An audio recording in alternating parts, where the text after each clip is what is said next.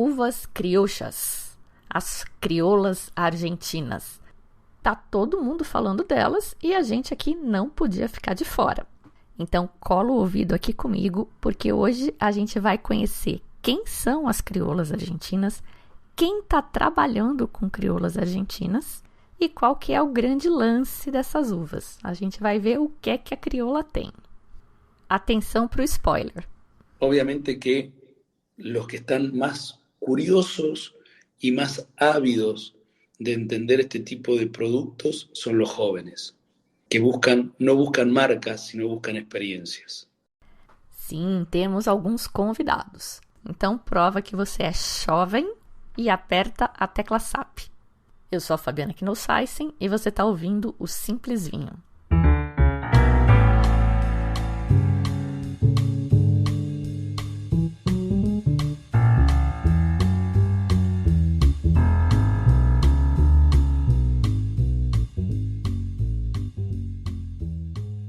Muito bem, essa canja que você ouviu na abertura do episódio foi o Hector Durigucci, da Durigucci Winemakers, e ele vai aparecer bastante aqui hoje, juntamente com outros produtores, porque esse trabalho com uvas crioulas é essencialmente uma coisa filosófica. Começou com produtores pequenos e independentes, como o próprio Hector fala algumas vezes durante a nossa conversa, mas é tão legal e está chamando tanta atenção que até a Catena entrou nisso agora. Mas o que são essas tais uvas crioulas? Las uvas criollas argentinas, bien. Esse é o Norberto Paes, da Passo a Passo Wines. Son las uvas que, a través de cruzamientos naturales, principalmente de uvas europeas, dieron origen a lo que son las uvas propias, autóctonas, digamos, de Argentina. ¿Sí? Então, bem curto e grosso, são variedades de uvas que nasceram na Argentina e que só tem lá. E aí, o que eles fizeram? Foram estudar esse negócio. A través de estos estudios genéticos, por parte del Instituto Nacional de Tecnología Agropecuaria, resumidamente INTA, se pudo determinar correctamente cuáles son las verdaderas uvas criollas, o sea, únicas de Argentina. En este estudio determinado se llegaron a descubrir casi 100 variedades de uvas criollas, ¿sí? Pero las que son, digamos, con aptitudes enológicas son pocas. Ou seja, são muitas uvas crioulas, mas poucas são boas para vinho. A crioula argentina mais famosa e que desfruta inclusive de um mercado internacional é a Torrontés. A gente já fez um episódio inteiro sobre ela e eu ouvi de novo para gravar esse aqui agora e tá muito legal. O som era meio ruim, porque eu não sabia mexer direito ainda, mas o conteúdo tava bem legal. E ainda de quebra de gorjeta tem a Jenny Murray para matar a saudade. Apesar de ser a mais famosa, a Torrontés nem é a crioula mais plantada da Argentina, mas é uma delas. Para surpresa de provavelmente 0 pessoas, a mais plantada na Argentina é a Malbec, com 22,5% da área cultivada. Mas a segunda uva mais plantada é uma crioula. É a uva Cereza, com 12%. Um pouco mais aí do que a metade da área de Malbec. Mas se a gente somar as 4 crioulas mais plantadas, a gente supera a área de Malbec. Elas totalizam 26%. Essa estatística é do Instituto Nacional de Vitivinicultura, ano 2022, tipo ontem. Só que a gente não ouve, ou pelo menos não ouvia falar muito delas por causa desse baixo potencial enológico que o Norberto comentou. Eram mais uvas para comer ou para o pessoal fazer vinho caseiro, que é uma história que o Durigucci vai contar depois.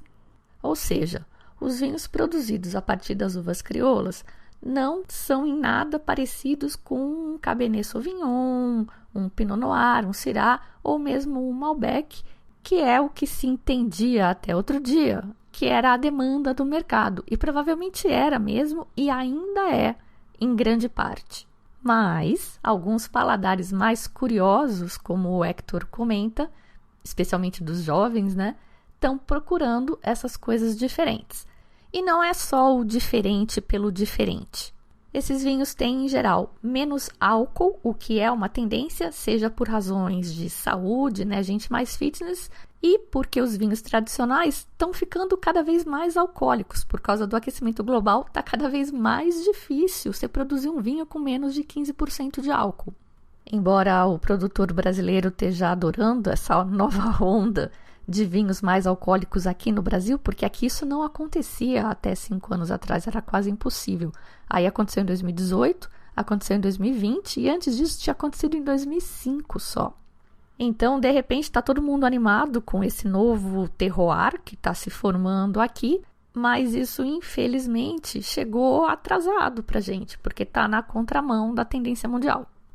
Essas uvas crioulas, elas também não costumam ser muito tânicas. Elas vão tender mais para um Pinot Noir do que para um Taná.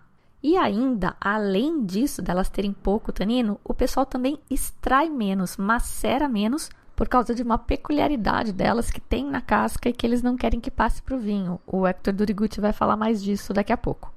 E menos álcool e menos tanino, a gente sabe que resulta em vinhos mais leves, que são também mais descontraídos, mais fáceis de beber.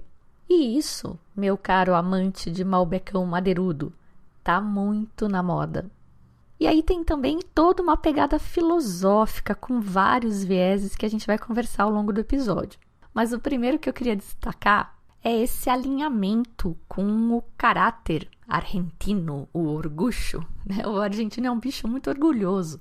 E ter essas uvas, então, que se desenvolveram lá, que só crescem lá, eu acho que isso é o resumo do suprassumo do terroir argentino. Eu não sei como é que não faz mais sucesso por lá isso. Escuta só o ponto de vista do Hector. Uno va a Europa y se enamora de lo que bebe y de lo que come, y es porque ese es el lugar. No están pensando en traer otros varietales de otras partes del mundo ni nada.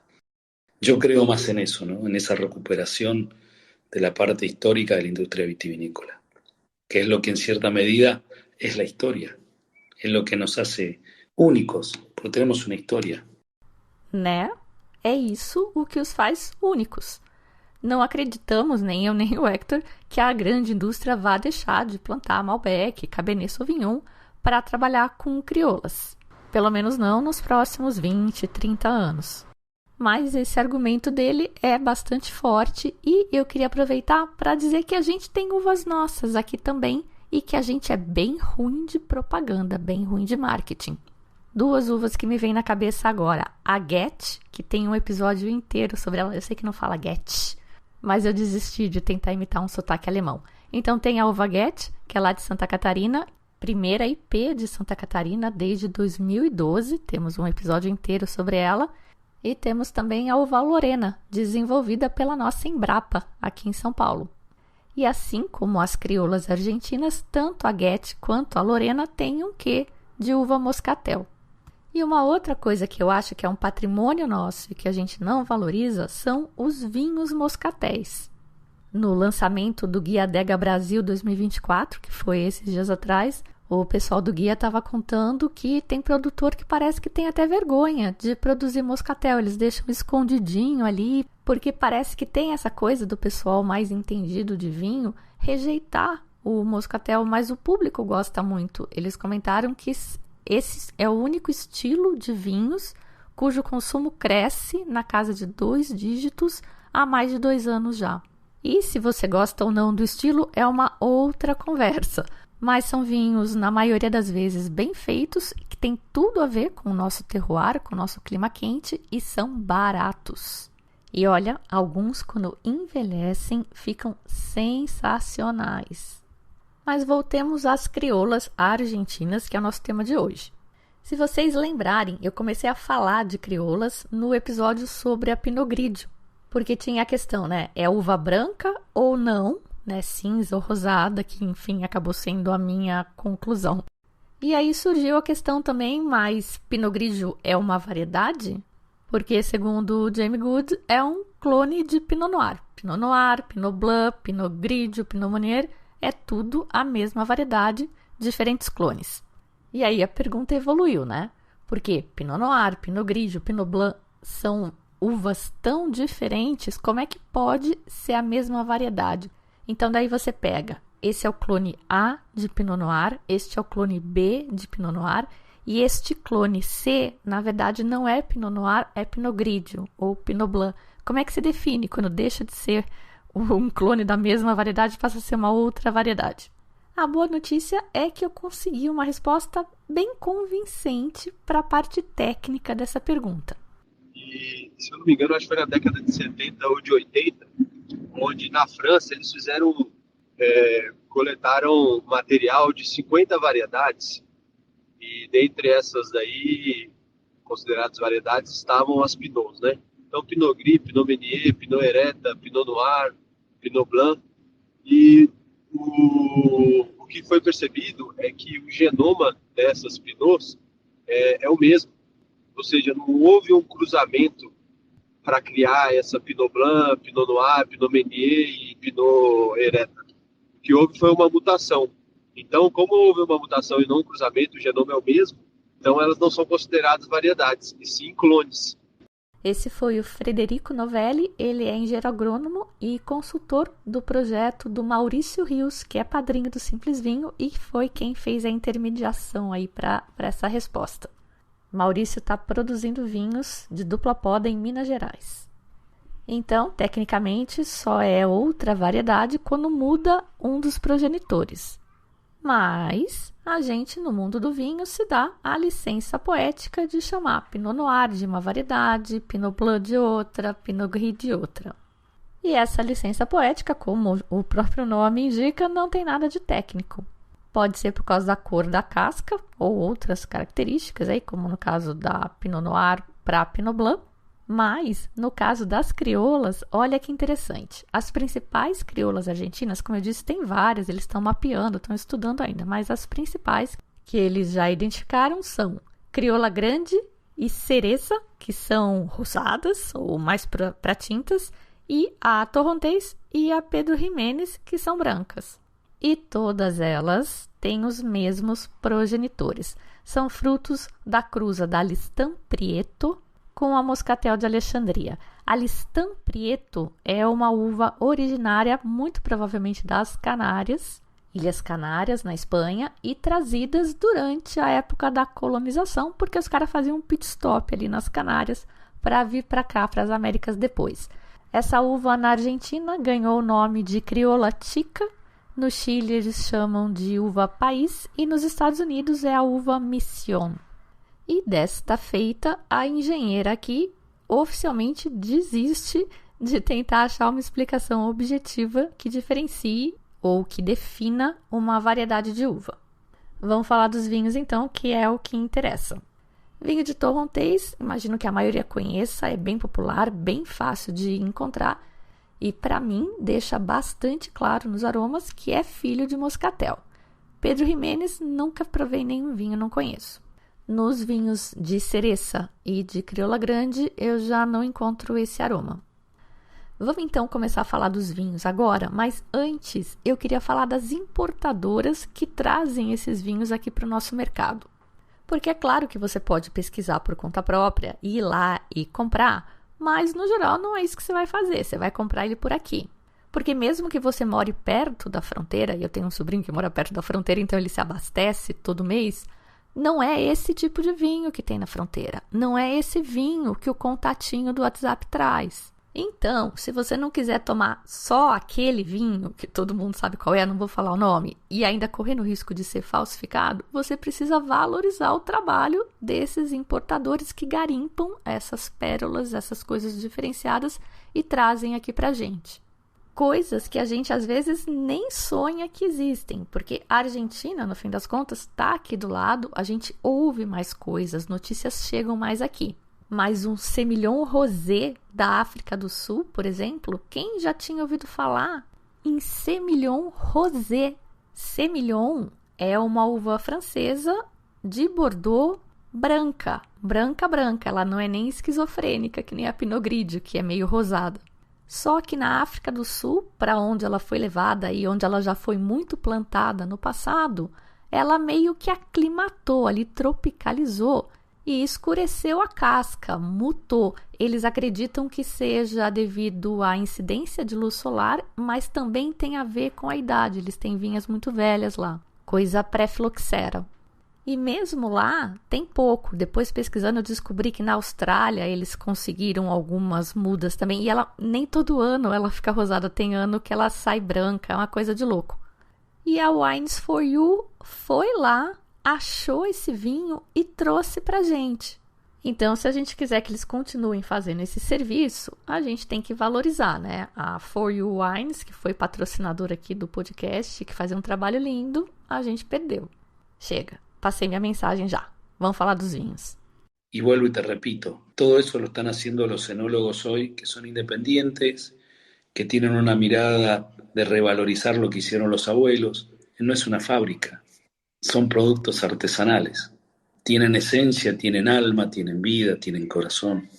Esse foi o Héctor Duriguti. A gente vai começar falando dos vinhos dele. Mi nombre es Héctor Duriguti. Yo soy el fundador de Duriguti Family Winemakers. Soy enólogo, soy la primera generación en la familia haciendo vinos. Tengo un socio que también es enólogo, que es mi hermano Pablo. Somos una familia de pequeños viticultores en Argentina, interpretando distintos terroirs. Duriguti é um projeto familiar, eles começaram em 2002 com 3 mil garrafas só. Hoje em dia eles produzem já 600 mil garrafas, então eles fazem vinhos tradicionais, entre aspas, também, né? Malbec. Eu lembro que eu conheci um Petit Verdot muito bom na primeira vez que fui a Mendoza. Eles estão em Las Compuertas, que é relativamente perto da cidade de Mendoza, e é uma das regiões mais tradicionais na produção de vinho, porque é um lugar que tinha água, né? Mendoza é um deserto, eles construíram esse açude, essas comportas, então o pessoal se estabeleceu por lá e começou a cultivar. E uma grande paixão deles, como o Héctor já falou no começo do episódio, é justamente recuperar esses vinhedos antigos. E aí estão incluídas as crioulas, mas não só elas. Charbono, Cordisco, Lambrusco, Bonamico, Bequinhol, Maticha, que é uma uva do Marrocos. Todas essas uvas estão na Argentina, há vinhedos dessas uvas na Argentina e tem um pessoal garimpando, não só os Duriguti também. Sí, sí. Hay muchos chicos altos, Marcos Niven, sí, Germán Macera. Hay gente que está mirando estas cosas. Y fíjate que todos los que nombraste son enólogos independientes, no pertenecen a grandes estructuras de bodega. ¿Por qué? Porque te empezás a salir de una parte industrial, súper comercial, y empezás a encontrar una filosofía de vida, cómo vos vivís, qué es lo que vos sos y qué es lo que querés representar. Esse trabalho de descobrir e resgatar essas variedades lá pela Argentina também é super interessante e eu acho que rende um outro podcast. O tema de hoje são crioulas. Con uvas criollas tengo dos. Tengo el de criolla chica en Proyecto Las Compuertas y después tengo uno que es criolla, que es una mezcla de criollas en Cara Sucia. E é claro que ele não começou trabalhando com crioulas. Ele nem é de família produtora tradicional, ele é o primeiro da família dele a trabalhar com vinhos. Ele começou trabalhando para os outros, com vinhos tradicionais, mas hoje em dia é um influenciador, um criador de tendências. Siempre lo tuve en la cabeza, ese tema. Yo nací en una de las regiones vitivinícolas donde más criolla hay en Argentina, que es dentro de Mendoza, lo que se denomina la zona este. 300, 400 metros sobre el nivel del mar. Una zona muy baja, una zona muy cálida, con suelos muy arenosos, donde se da muy bien la criolla. Então vamos lá, ele falou que ele tem 2 vinhos de crioulas em 2 linhas de vinhos, ele tem várias linhas. O projeto Las Compuertas Crioula Gobelet ganhou 90 pontos no Guia dos Corteados 2023. Cuando yo llegué a Las Compuertas, en Luján de Cuyo, y compré la viña, el encargado de la finca, que se llama Hugo Daniele, me mostró una pileta de cemento que tenía él en su casa, donde me decía que ahí se hacía el vino del pueblo.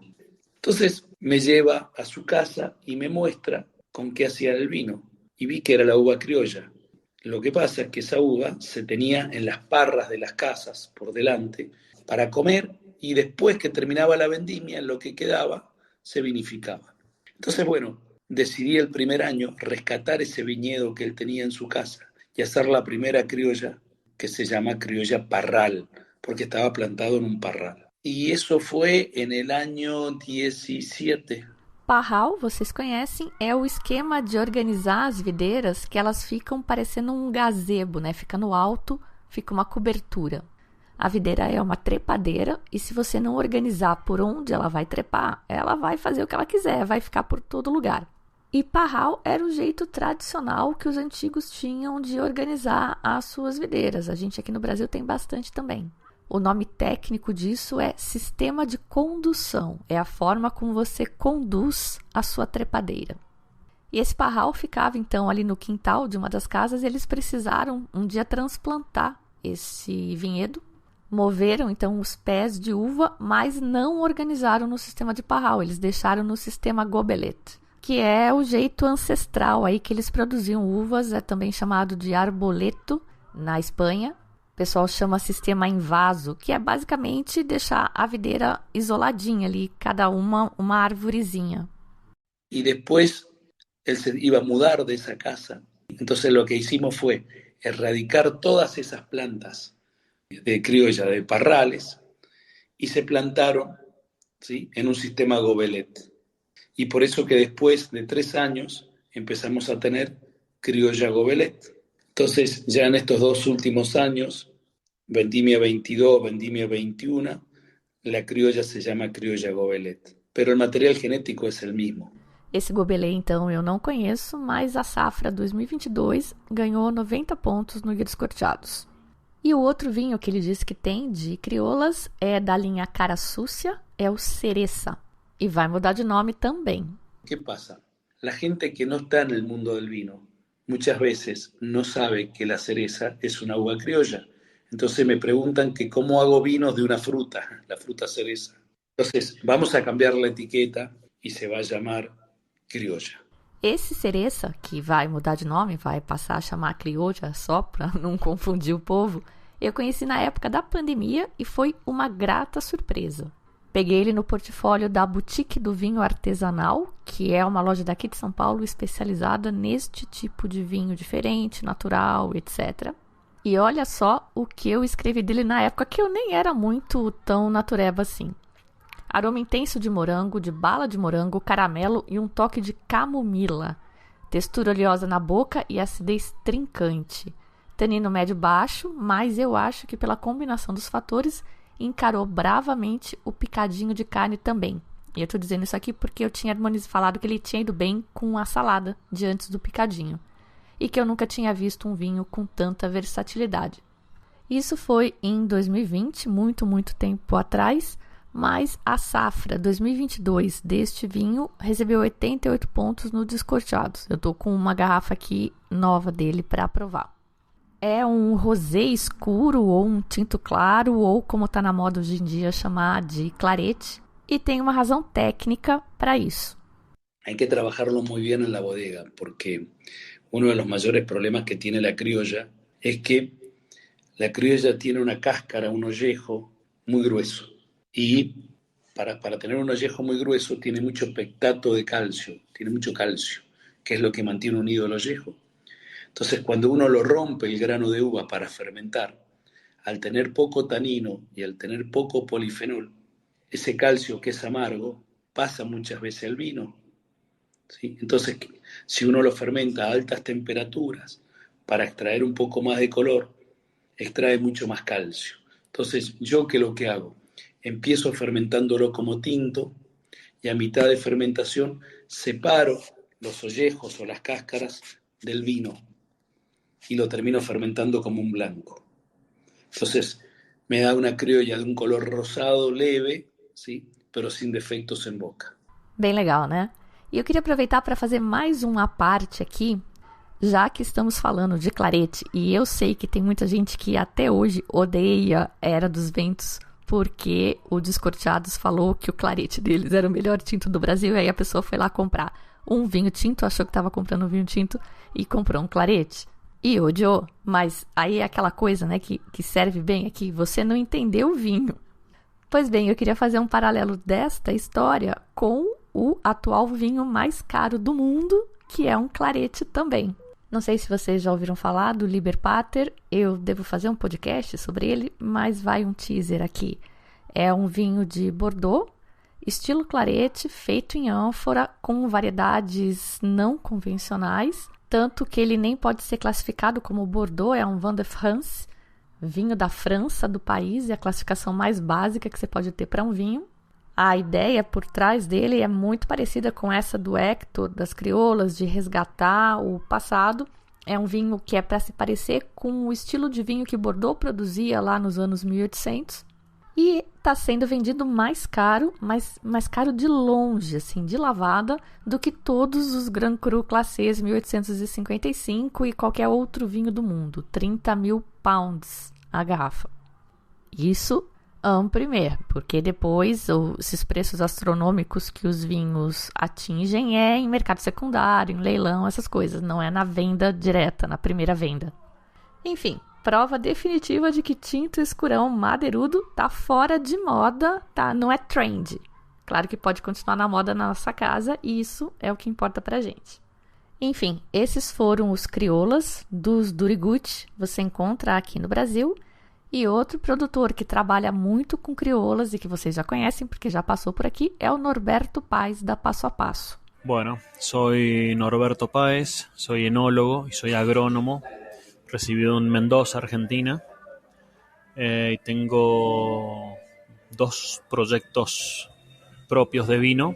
Estoy desarrollando un tercer proyecto propio de vino y fui de los primeros que comenzó el estudio de las uvas criollas argentinas, siempre basándonos en lo que es elaboraciones sin el uso de productos sintéticos, o sea, siempre productos orgânicos, naturales, biodinámicos. Olha lá, coisa da filosofia de novo, né? Naturais, biodinâmicos. E agora vai a história dos vinhos de crioula da Passo a Passo Wines. Bueno, yo en el año 2002 empecé con el estudio de lo que son las uvas criollas argentinas. Decidí ponerle al nombre del vino, decidí mencionarlo al productor, al viticultor, ¿sí? Que es don Enzo Graciano, ¿sí? Que es de la zona este de Mendoza, la zona baja, zona desértica, ¿sí? Entonces, como él tenía un muy buen cultivo de uvas criollas, decidí ponerle las criollas de don Graciano. Y bueno, en esa parcela lo que él tenía era 4 uvas criollas mezcladas, ¿sí? Cosechadas juntas, o sea, elaboradas todas juntas, que era la criolla grande, el moscatel rosado, el Pedro Jiménez y el torrontés riojano, ¿sí? Esas 4 uvas tenía. Entonces así fue como se me ocurrió hacer un vino blanco con esas 4 uvas. Luego se me ocurrió hacer un rosado, justamente, un rosado por maceración, y al final terminé haciendo un clarete. Un clarete es básicamente un rosado que se elabora mezclando blanco con tinto, ¿sí? Y no macerando como el que te mencioné recién, ¿sí? O sea, con las mismas 4 uvas hicimos 3 vinos distintos y luego sumamos un cuarto que es un naranjo, justamente. O sea, aquí hicimos con las mismas 4 uvas, diferenciando la técnica enológica, obtuvimos 4 vinos que são diferentes. E a engenheira aqui fica alucinada com essa abordagem sistemática dele, né? Eu piro. Bom, vocês já conheciam essa história, a gente tinha visto isso no episódio sobre a Pinot Grigio já. A Passo a Passo é muito menor do que a Durigucci, são muito mais jovens também, mas a pegada do resgate é a mesma. Es todo espontáneo, o sea, don Graciano no plantó esto pensando en desarrollar uvas criollas, las colocó porque eran las uvas que se plantaban en esa época y fue a fines de los 60 y ahora el viñedo está ahí y a mí se me ocurrió hacer este vino y salió muy bien. Os vinhos da Passo a Passo também chegam no Brasil, quem importa é a família Coogan Wines. Outro produtor também dessa linha que eu queria comentar com vocês é o Lucas Niven, da Bodegas Niven, chega aqui no Brasil também, mesmo estilo, independente, pequeno, familiar, natureba. Eu não falei com ele, mas essa é uma breve apresentação dele, feita por ele mesmo no Instagram. Hola, soy Lucas Niven, enólogo de la bodega familiar. Estamos en el este mendocino, en Junín. Nosotros tenemos fincas centenarias en esta zona y hacemos muchas variedades no tradicionales. Tenemos Bonamico de Piñol. En lo que son las gamas de las criollas tenemos todo tipo de criollas tintas, blancas, rosadas, Pernat, bueno, un amplio portfólio. Tô aqui para provar com um vinho da Niven de uma uva crioula chamada Canela, que eu não consegui achar nenhuma informação a respeito, mas foram produzidas 800 garrafas só. E uma já é minha. Matias Morcos é outro que chega aqui no Brasil também. Quem traz é a La Vinheria. Matias é super novinho, não consegui gravar com ele, mas a gente conversou numa outra vez que ele esteve aqui. Também do leste de Mendoza, todo mundo que a gente falou até agora é do leste. A família do Matias é produtora de vinho a granel. E ele tem o projeto pessoal dele, e ele disse que ele começou isso porque queria convencer os amigos dele, jovens como ele está na faixa dos 20 baixos, e ele queria convencer os caras a beberem vinho, porque eles não bebiam vinho, os jovens.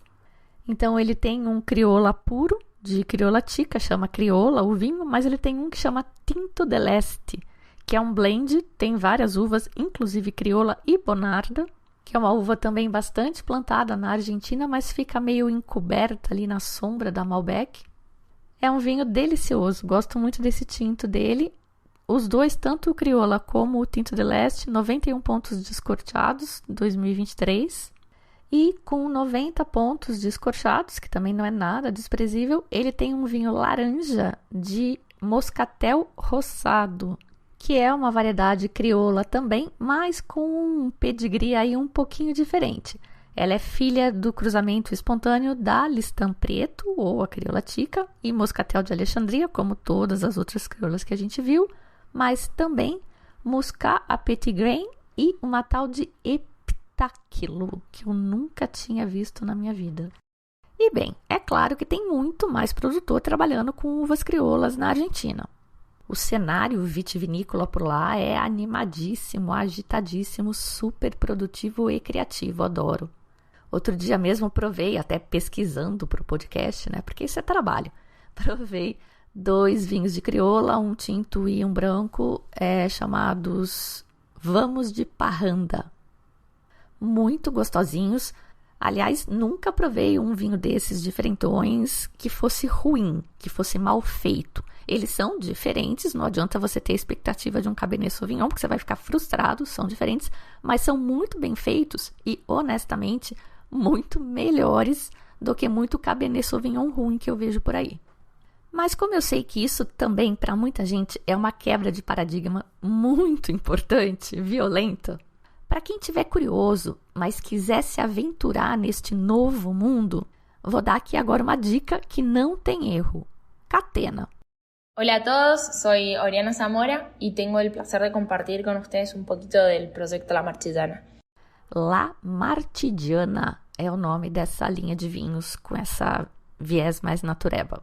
O nome faz referência a Marte, na Itália, que é a região de origem da família Marti, fica ali meio no centro da bota, perto de Roma. E esse estilo de vinificação roots seria uma homenagem ao Nicola Catena, que é o avô do Nicolás Catena Zapata e que chegou em Mendoza em 1898, vindo de Marte, na Itália. E, como todos os outros imigrantes aí, ou quase todos, enfim, ele fazia vinho em casa com as uvas que ele tinha no parral lá do quintal dele e fermentava em ânforas, sem produtos enológicos, blá blá blá. E é dessa forma que eles procuram fazer o vinho hoje. Então, com uvas crioulas, na verdade, são 3 vinhos. Tem um de crioula grande, um bonarda e um Malbec. Nuestros vinos naturales son muy frescos, ligeros, con una linda textura y un gran potencial aromático. Personalmente creo que las uvas criollas enriquecen la diversidad de los vinos argentinos, pero enfrentan un desafío que es la competencia con variedades de uva más comerciales. Eu, obviamente, me interessei mais pelo vinho de crioula, até porque eu estava com esse mindset, né? Estava fazendo o episódio já. Mas o James Suckling gostou mais do Malbec. Ele deu 93 pontos para o Malbec e 92 pontos para os outros 2. Todos eles são feitos da mesma forma, né? Ânfora, fermentação com leveduras indígenas, envelhecimento em ânfora, sem agregado de sulfito. São diferentes, são vinhos para você tomar mais frescos, Tem um toque terroso da ânfora, né? Não tem barrica, mas até pelas características da uva, o Malbec é o mais confortável aí, digamos, para quem está com medo de experimentar, mas quer se arriscar, quer botar lá o pezinho. Eles falam em estilo clarete, mas eu acho tinto mesmo, tá? É um tinto leve, mas eu acho tinto. E a enóloga é a Oriana Samória, que é essa minha convidada do episódio de hoje. Essa linha de vinhos, assim como os outros que a gente viu aqui hoje, tem uma história também e é cheio de simbolismos. Então tem o resgate do vinho do bisavô da Laura, a Martidiana, que é homenageada pelo nome da linha de vinhos, é a Ana Mosqueta, esposa do Nicola e bisavó da Laura. O rótulo também é evocativo de rótulos antigos. Ele dá a impressão de um rótulo antigo. Os do Duriguti também são assim. Todo desenhado, colorido. Pro nosso padrão hoje é uma coisa meio poluída até, mas eu achei que tem super a ver com a proposta. Uma curiosidade que eles comentaram quando eles apresentaram os vinhos é que essas ânforas usadas nessa vinificação são as do Instituto Catena, eram ânforas de pesquisa. São produzidas pouquíssimas garrafas, portanto, e tem mais um branco aí dessa linha, só que ele nem chega no Brasil. E muito bem, estão todos apresentados, então, as crioulas argentinas e até a uma crioula sul-africana, aí, entre aspas. Espero que se animem a aprovar, não se esqueçam de manter a mente aberta e vou deixar aqui um recadinho da Oriana, para quando vocês provarem qualquer vinho de crioula. Recuerden que están saboreando no solo un vino, sino una historia, una cultura y una pasión que trasciende generaciones. Salud! É isso, vinho é história. Eu sou a Fabiana Knossaisen e vou ficando por aqui com um simples vinho. Tchim, tchim.